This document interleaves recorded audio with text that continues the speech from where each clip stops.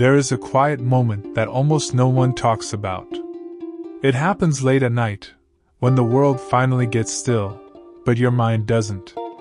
Your phone is face down on the table. The room is dark. And yet something inside you is loud.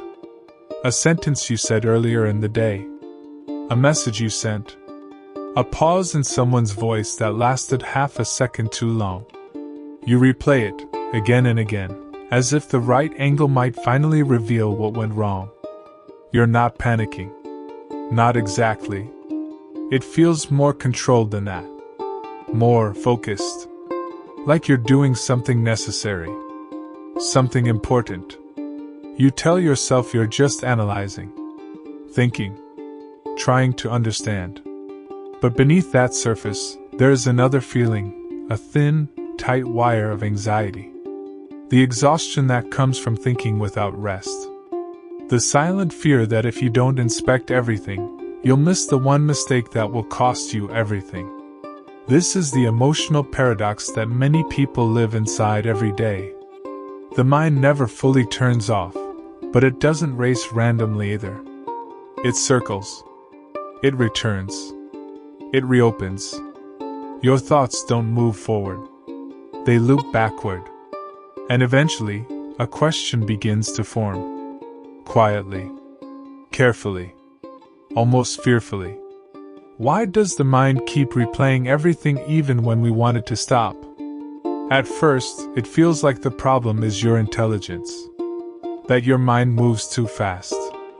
That you are simply too self-aware, too thoughtful, too careful.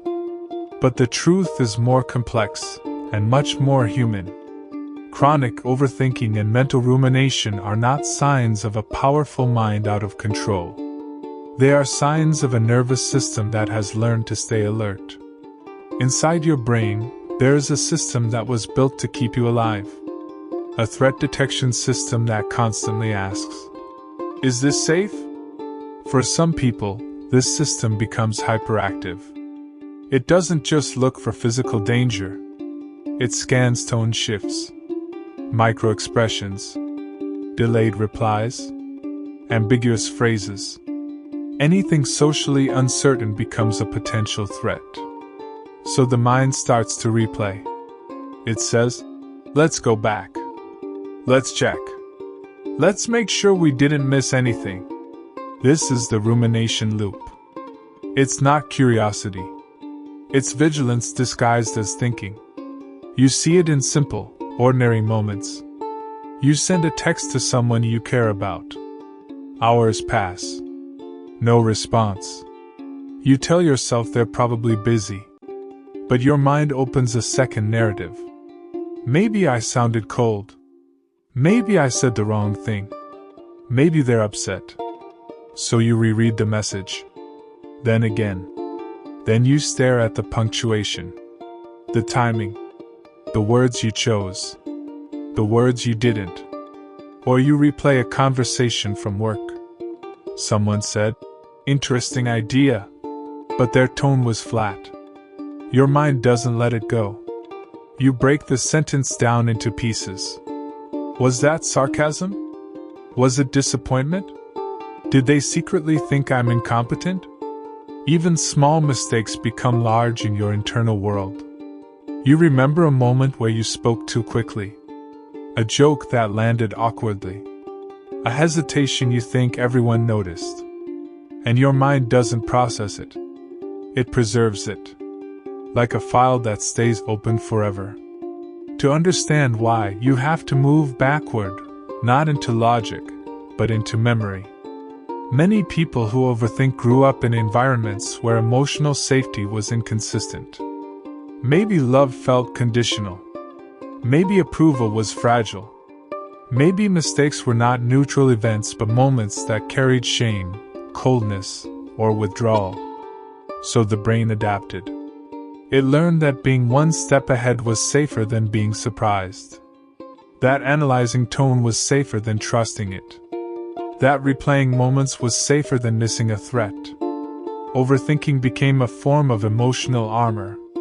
The child learns, if I can anticipate what goes wrong, I can avoid being hurt. But what worked quietly in childhood becomes loud in adulthood.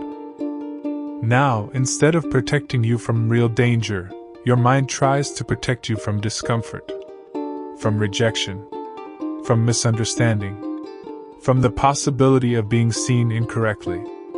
The hyperactive threat detection system stays switched on long after the original danger is gone. The rumination loop keeps tightening. Here is the uncomfortable part that most people never realize. Overthinking feels like control, but emotionally it is closer to surrender. It is the part of you that does not trust the present moment. The part that does not trust your instincts. The part that believes safety lives in the past or the future, but never in now. You are not thinking because you are strong. You are thinking because some part of you is afraid to rest. This is the key insight, the quiet recognition that changes everything, not loudly, but calmly. Overthinking is not your flaw. It is your nervous system trying to keep you safe in a world that once felt unpredictable. That realization doesn't fix anything instantly. It does something more subtle. It softens the inner battle. Instead of fighting your thoughts, you start to observe them. You begin to see the pattern. The way your mind leans forward when uncertainty appears. The way it tightens when silence stretches too long. The way it searches memory when it feels misunderstood. You start to notice small emotional shifts inside yourself. The tension in your jaw when waiting for a reply. The shallow breath when recalling a mistake. The quiet exhaustion that follows long mental loops. There is no instruction here. No command to stop. Only a gentle awareness. What happens when you stop treating the thoughts as enemies and start seeing them as signals? They are not trying to hurt you. They are trying to protect you. And for the first time, that changes the emotional weight. The chaos becomes something you can sit beside instead of something you must escape. The self-doubt becomes something you can understand instead of something you must erase. This is what transformation really looks like. Not sudden clarity, not instant peace, but a slow shift from self-attack to self-observation. From mental chaos to moments of inner quiet. From constant self-doubt to small pockets of emotional space. The thoughts may still come. The loops may still try to form. But the relationship changes. You are no longer trapped inside them. You are standing beside them. And in that space, something very quiet but very real begins to emerge. A sense that your mind is not broken. Not defective. Not too much. It is simply a system that learned to survive in a world that once felt unsafe. As this understanding settles, you may feel something unfamiliar. A kind of soft grief for how long you have been fighting yourself. How much energy you have spent trying to outthink your own heart. How often you believe that peace was something you had to earn by analyzing everything perfectly. But now there is another possibility. A quieter one. You can begin to guide your mind instead of battling it. Not by force. Not by denial. But by recognition. By patience. By understanding what it was trying to do for you all along. So if your thoughts feel loud tonight, if your mind keeps returning to the same moments, the same words, the same doubts, let this be the last thing that stays with you. You are not broken. Your mind is trying to protect you, and you can learn how to guide it.